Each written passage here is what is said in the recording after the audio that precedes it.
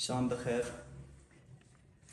میں بہت ممنون ہوں معظم صاحب کا کہ انہوں نے مجھے موقع دیا.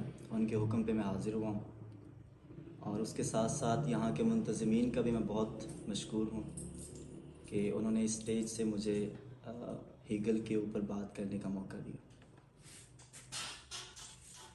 آج کے جس ٹاپک کے اوپر میں آپ کے سامنے بات کرنے کے لیے حاضر ہوا ہوں وہ ہے ڈائلیکٹیکل میتھڈ آف ہیگل. میں اپنی لا علمی کا پیشگی اعتراف کر رہا ہوں کہ ہو سکتا ہے کہ میں کافی ساری غلطیاں کر جاؤں. کم عمری کے باعث مجھے امید ہے کہ آپ لوگ اس سے صرف نظر کریں گے. میں نے اپنے اس لیکچر کو 3 حصوں کے اندر ڈیوائیڈ کیا ہے. اس لیکچر کا جو پہلا حصہ ہے اس کے اندر میں فلسفے کے اوپر جتنی میرے پاس انفارمیشن ہے یا فلسفے کے بارے میں جو میں جانتا ہوں وہ آپ کے سامنے حاضر کروں گا. دوسرے نمبر پہ میں فلسفہ ہیگل کا جو فلسفہ ہے ڈائلیکٹیکل میتھڈ ہے اس کے اوپر بات کروں گا. اور تیسرے نمبر پہ میں اس کو کنکلوڈ کرنے کی کوشش کروں گا. اس میں ہو سکتا ہے کہ میں اپنے بھی کچھ پوائنٹس یا میری اس کے بارے میں جو رائے ہے اس کو بھی میں شامل کروں گا. سب سے پہلے ہم یہ دیکھتے ہیں کہ فلسفہ ہوتا کیا ہے. عام طور پر جو مختلف ڈیفینیشن اور مختلف فلاسفرز نے فلسفے کے بارے میں بات کی ہے اس سے ہمیں یہ پتہ چلتا ہے کہ جب ہم کسی بھی چیز کے وقوع پذیر ہونے کے پیچھے ریزنز، اس کے پیچھے جو اسباب ہوتے ہیں، کوئی بھی چیز اگر اس طرح کی ہے تو وہ اس طرح کی کیوں ہے، کوئی بھی چیز جو بنائی گئی ہے تو اس چیز کا مقصد کیا ہے، ان تمام سوالات کے جوابات کو جاننا فلسفہ ہے. کہ جب بھی آپ کسی ایبسلیوٹ ٹروتھ تک پہنچنے کی کوشش کرتے ہیں، کسی آفاقی سچ تک یا سچ کی تلاش میں اگر آپ نکلتے ہیں تو وہ فلسفہ ہے. اگر ہم انسانی تاریخ کا جائزہ لیں تو ہم انسانی سٹرگل کو، ہیومن سٹرگل کو 2 حصوں میں تقسیم کر سکتے ہیں. جو اس میں میجر ہم ڈویژن کریں گے وہ 2 حصوں میں کریں گے. ایک ڈویژن اس کی اسپرچول اس کی سٹرگل ہوگی، دوسری اس کی سٹرگل میٹیریل سٹرگل ہوتی ہے. اب جب تک میٹیریل سٹرگل اور اسپرچول سٹرگل کے درمیان توازن رہتا ہے تب تک ہم ایک پرامن معاشرہ قائم کر سکتے ہیں. لیکن یہاں پر ایک سوال پیدا ہوتا ہے کہ کیا آج تک انسانی تاریخ میں کوئی ایسا معاشرہ بنایا جا سکا ہے جو پرامن ہو؟ اور پھر دوسرا سوال یہاں پر یہ بنتا ہے کہ کیا ان دونوں سٹرگلز کے اندر توازن ممکن ہے، یا انسان کی جو سٹرگل ہے، جتنی بھی انسانی سٹرگلز ہیں، وہ ان سٹرگلز کے درمیان توازن لا سکتا ہے یا نہیں لا سکتا؟ اگر ہم دیکھیں تو جو پرانا انسان تھا، جو کل کا انسان تھا، اس کی جو اسپرچول سٹرگل تھی وہ اس کی میٹیریل سٹرگل سے زیادہ تھی. اس کی اسپرچول سٹرگل کی وجہ سے ہی اتنا زیادہ اور اتنا اعلیٰ فلسفہ ہم تک پہنچتا ہے. اب فلسفہ ہے کیا چیز؟ مطلب اس میں کن عوامل سے ہم گزرتے ہیں، کن پروسیسز سے ہم گزرتے ہیں. فلسفہ اصل میں اگر ہم ایک ہی لفظ میں کوئی ہم سے پوچھے کہ فلسفہ کیا ہے تو ہم کہیں گے کہ کویسچن. جب آپ کسی بھی چیز کے بارے میں کویسچن کرتے ہیں، کسی بھی قسم کا کویسچن کرتے ہیں تو وہ فلسفے کے دائرہ کار میں آ جاتا ہے. اب کیا فلسفہ ہمیں تمام چیزوں کے جوابات دے سکتا ہے؟ ہو سکتا ہے نہ دے سکتا، ہو سکتا ہے دے. مختلف لوگوں کی اس کے اوپر مختلف رائے ہے.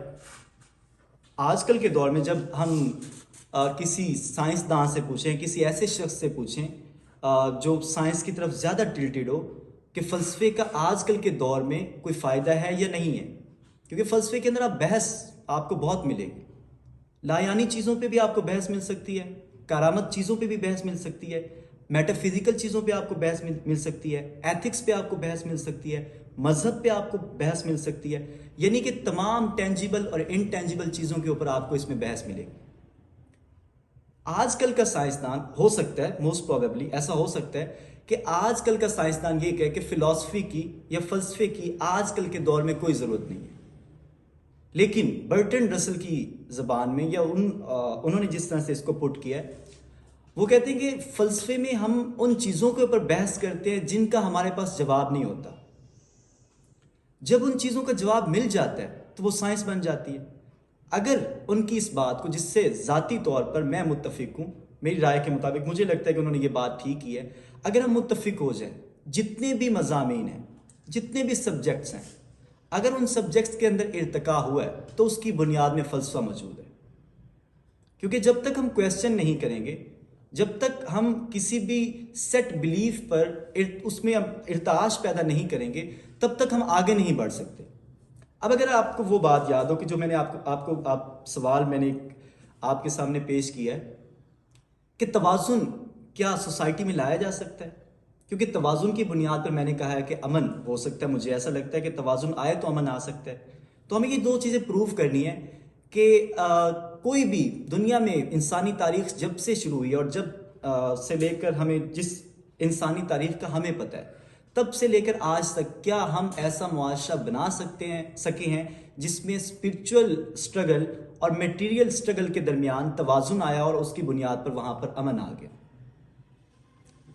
اب اسی بحث کو اگر میں لے کر چلوں ہیگل کے ڈائلیکٹیکل میتھڈ کے اندر، تھوڑا سا میں ڈائلیکٹیکل میتھڈ کے اوپر بات کروں گا. جو انسانی فلسفہ جہاں سے ہم جانتے ہیں اس میں ہمیں یہ لگتا ہے کہ سقراط سب سے پہلا فلاسفر ہے. ہو سکتا ہے وہ نہ ہو سکتا ہے وہ ہو، اور اس کے کنٹمپریریز بھی آبویسلی ہوں گے. ایسا تو ہو ہی نہیں سکتا کہ انسان کے اوپر اس کے ارد گرد ماحول اور جن لوگوں کے ساتھ وہ بیٹھتا ہے اس کا اثر نہ ہوا. انسان کی ہم یہ بھی نہیں کہہ سکتے کہ جو وہ بات کرتے وہ ساری کی ساری سوچ اس کی اپنی ہے، خیال اس کا اپنا ہے. ڈائلیکٹیکل میتھڈ ایک قسم کا بحث و مباحثہ ہے، ایک ڈائلاگ ہے، اور یہ ڈائلیکٹیکل میتھڈ ہر قسم کے فلسفے کی بنیاد ہے. سقراط کیا کرتا تھا؟ وہ لوگوں سے ڈائلاگ کرتا تھا. He never said anything absolute. اس نے کبھی بھی کسی بھی چیز کے بارے میں کوئی absolute truth نہیں بتایا. آپ کو اس کے اوپر ایون کہ جو اس کے ڈائلاگز ہیں وہ اس نے کتاب خود نہیں لکھی. اس کے جو شاگرد تھے انہوں نے اس کتاب کا مجموعہ بنایا کہ ہمارے جو استاد تھے انہوں نے یہ کویسچنز کیے، ان کے یہ جواب ملے. لیکن آپ جب ان بحثوں کو پڑھتے ہیں یا آپ ان کا موازنہ کرتے ہیں یا اس کو دیکھتے ہیں، کمپیئر کرتے ہیں کسی بھی اور چیز کے ساتھ، آپ کو پتہ چلتا ہے کہ سقراط کبھی بھی کسی نتیجے پر پہنچ نہیں سکا.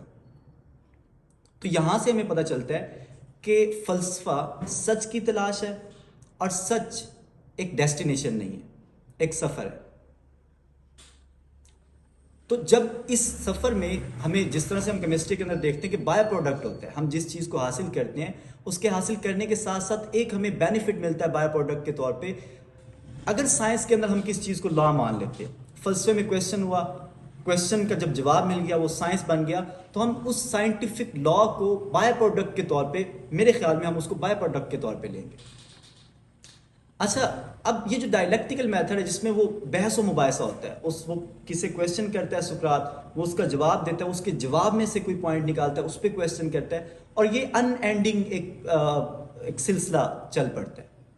اس کو جب ہم ہیگل کی زبان میں دیکھتے ہیں، اس کے ہاں دیکھتے ہیں کہ ہیگل کا ڈائلیکٹیکل میتھڈ کیا ہے. اب ہیگل جو ہے وہ اسپرچل سٹرگل کے اوپر زیادہ فوکس کر رہے ہیں. اگر آپ کارل مارکس کو دیکھیں جس نے جو ہیگل ہے اس کی فلسفی کو آل ٹوگیدر الٹ کر دیا. کارل مارکس یہ کہتا ہے کارل مارکس یہ کہتا ہے کہ کسی بھی چیز کا پہلے وجود ہوتا ہے، بعد میں اس کا خیال آتا ہے. ہیگل یہ کہتا ہے کسی بھی چیز کا پہلے خیال آتا ہے، بعد میں اس کا وجود، وہ اپنا وجود قائم کرتی ہے. ان دونوں کے فلسفے کے اندر یہی مین ڈفرینس ہے. اسی کی بیس پر آگے جا کر کارل مارکس کہتا ہے کہ دنیا کے اندر جتنے بھی کنفلکٹس ہوتے ہیں، جتنی بھی اسکرمشز ہوتی ہیں، جتنے بھی انسانوں کے درمیان تنازعات ہوتے ہیں، ان کے پیچھے کوئی مٹیریل چیز، اور جس کو وہ اسپیسیفائی کر کے کہتا ہے اکانومی کی طرف لے کے جاتا ہے. اور وہ جو ڈسٹریبیوشن آف ویلتھ ہے مختلف کلاسز کے درمیان جو سوسائٹیز کے اندر ہیں، ان کے بارے میں جب وہ بات کرتے ہیں تو اس کے پیچھے وہ مٹیریلزم کے اوپر فوکس کر رہے ہیں کہ دنیا کے اندر جتنے بھی ایولز ہیں، جتنے بھی ایشوز ہیں، وہ اس کی وجہ سے ہیں. خیر وہ ایک تنقیدی رنگ اس میں آ جائے گا. لیکن ہیگل جو ہے وہ اسپرچل سٹرگل کے اوپر زیادہ فوکس کرتا ہے.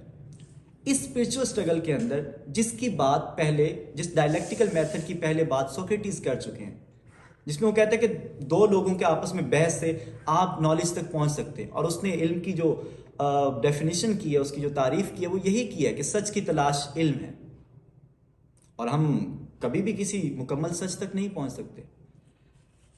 ہیگل یہ کہتا ہے وہ اس ڈائلیکٹیکل میتھڈ کو دو لوگوں کے درمیان، دو اینٹیٹیز کے درمیان نہیں لے کے آ رہا. وہ کہتا ہے کہ انسان کے ذہن میں کوئی خیال آیا، کوئی بھی خیال آ سکتا ہے. جس طرح سے اگر ہم انسانی معاشروں کو دیکھیں کہ انسانی معاشرے کے اندر کس طرح سے ارتقا ہوا ہے، اب ہم ہو سکتا ہے کہ خدا کا جو وجود ہے یہ ایک ہم ازمپشن قائم کر سکتے ہیں کہ خدا کا وجود کسی ڈر کے تحت ہم نے قائم کیا ہو. جب ہم مختلف میتھولوجیز کے اندر یہ پڑھتے ہیں کہ پرانے دور کے لوگ جب کسی چیز سے ڈرتے تھے یا کوئی نیچرل کلیمٹی جس کو آج ہم زلزلے کا نام دیتے ہیں اس وقت آتی تو اس چیز سے ڈر جاتے تھے اور اس کے بدلے وہ چڑھاوے چڑھاتے تھے, وہ مختلف لوگوں کی ایون کی قربانیاں دیتے تھے. ہو سکتا ہے کسی فیئر کے تحت ہو. تو وہ کہتے ہیں کہ کسی بھی کوئی بھی اس کے پیچھے کوئی بھی عمل کار فرما ہو سکتا ہے, کوئی بھی چیز کار فرما ہو سکتی ہے. اس کی وجہ سے انسان کے ذہن میں کچھ بھی کوئی بھی خیال آتا ہے, وہ کہتا ہے کہ یہ ایک تھیسس ہے. کوئی بھی خیال آتا ہے, اس نے تھیسس بنا لیا, اب وہ اس کے اوپر بلیو کرنا شروع کر دیتا ہے. پھر اس کے ذہن میں اچانک کوئی خیال آتا ہے جو پہلے والے خیال کے بالکل الٹ ہے, وہ اس کو اینٹی تھیسس کا نام دیتا ہے. اب ایک انسان کے اپنے ذہن میں اس کی اپنی ذات کے اندر ایک جنگ شروع ہو گئی ہے, اس کے اپنے ذہن کے اندر ایک ڈائلاگ شروع ہو گیا, اور وہ اس ڈائلاگ کو سوچتا رہتا ہے. اگر اس کو کہیں سے جواب نہیں ملتا یا ملتا بھی ہے, ایک اس کو تسلی آمیز جواب نہیں مل سکتا, تو اس کے ذہن میں وہ سوال موجود رہتا ہے. اور ہو سکتا ہے کہ اگر اس کو تسلی آمیز جواب مل بھی جائے, اس کی میں آگے چل کے بات کرتا ہوں. اب اس تھیسس اور اینٹی تھیسس کے درمیان ایک ٹکراؤ ہے, ایک بحث ہے جو اس آدمی کے ذہن میں جاری ہے.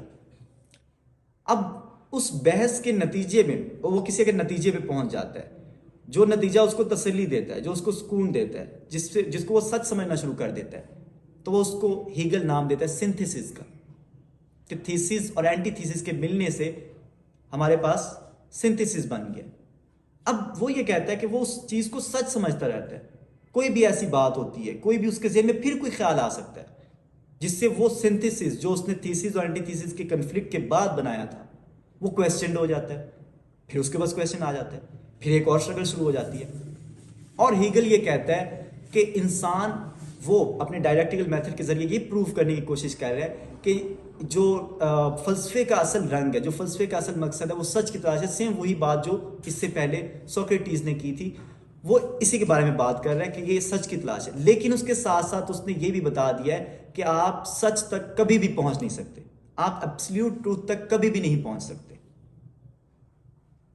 یہ ہیگل کا سارا فلسفہ, جس کو بعد میں کارل مارکس نے بالکل الٹ کر کے دنیا کے سامنے پیش کی. اب میں بات کروں گا توازن کی, کہ جس توازن کی میں آپ سے بات کر رہا تھا. اگر ہم ایک یوٹوپیا قائم کر لیں کہ ہم ایک ایسی دنیا بنا سکتے ہیں جہاں پر اسپرچول اسٹرگل کے اندر, کیونکہ کل کے انسان میں اسپرچول اسٹرگل زیادہ تھی, آج کے انسان میں مٹیریل اسٹرگل زیادہ ہے. وہ مٹیریل کے اوپر زیادہ فوکس کر رہا ہے. پہلے کے انسان اسپرچولیٹی کے اوپر زیادہ فوکس کر رہا تھا. اس کی ریزن بھی تھی کیونکہ اس وقت کمپیریزن نہیں تھا, لیکن اتنے میگا لیول کے اوپر کمپیریزن نہیں تھا. وہ لوگ ترقی کرنا چاہتے تھے, آگے بڑھنا چاہتے تھے, لیکن کمپیریزن کی بنیاد پر یا کرنسی کی اور بہت ساری وجوہات ہیں جن کی بنیاد پر ہم کہہ سکتے ہیں کہ کل کے انسان کی ضروریات اتنی منیمل کیوں تھیں, آج کے انسان کے اندر مختلف جو چیزیں ہیں, ہوس ہے یا وہ زیادہ کیوں.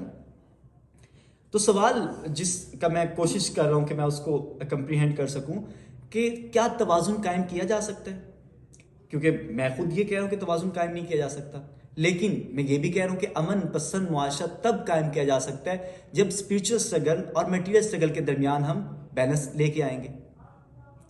اب میرے نزدیک اس کا جواب یہ ہے کہ اگر کسی صورت میں کسی یوٹوپیا کے اندر ہم اسپرچول اسٹرگل اور میٹیریل اسٹرگل کے درمیان بیلنس بنانے میں کامیاب ہو جاتے ہیں تو وہ معاشرہ ترقی نہیں کر سکے گا.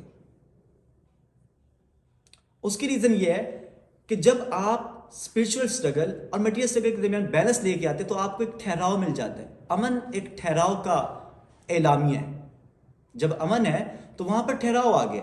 اچھا, یہ امن میں سوسائٹی کے اندر مختلف فیکشنز کی لڑائی کی اس کی بات نہیں کر رہا, یہ مینٹلی میں بات کروں کہ اگر مینٹلی ہماری اسپرچویلٹی کسی چیز کے اوپر متفق ہو جاتی ہے اور مٹیریل کے لحاظ پہ ہم کسی چیز پہ متفق ہو جاتے ہیں اور ان دونوں پہ بیلنس ہو جاتا ہے تو معاشرہ ترقی نہیں کر پائے گا. تو یہاں پر سوال یہ ہے کہ پھر توازن ٹھیک ہے یا غلط ہے. تو اگر ہم دوبارہ سے اس بات کو یاد کریں جس میں وہ یہ کہتا ہے کہ آپ اصل سچ تک کبھی نہیں پہنچ سکتے, انسان کی لرننگ کبھی نہیں ختم ہو سکتی, انسان ہمیشہ سیکھتا رہتا ہے, انسان ہمیشہ آگے بڑھتا رہتا ہے, اس کو نئے سچ معلوم ہوتے رہتے ہیں اگر وہ سوچنے والا دماغ رکھتا ہے. اگر وہ انبائز تھنکنگ رکھتا ہے، اگر وہ ریشنلٹی کو پریورٹائز کرتا ہے کسی بھی بلیف کے اوپر، جس کی بعد میں برٹرینڈ رسل نے بھی بات کی، تو اس نے آگے بڑھنا ہے. اور یہ جو انریسٹ ہے جو انسانی شخصیت کے اندر یا اس کے دماغ کے اندر انریسٹ ہے، یہ انسانوں کا مقدر ہے. تو rather focusing on destination we should focus on our path اور آن آور پیسج. تو میں اپنی اس بحث کا اختتام غالب صاحب کے اس شعر پہ کرتا ہوں کہ پاتے نہیں راہ تو چڑھ جاتے ہیں نالے، پاتے نہیں راہ تو چڑھ جاتے ہیں نالے، رکتی ہے میری تب تو ہوتی ہے رواں اور.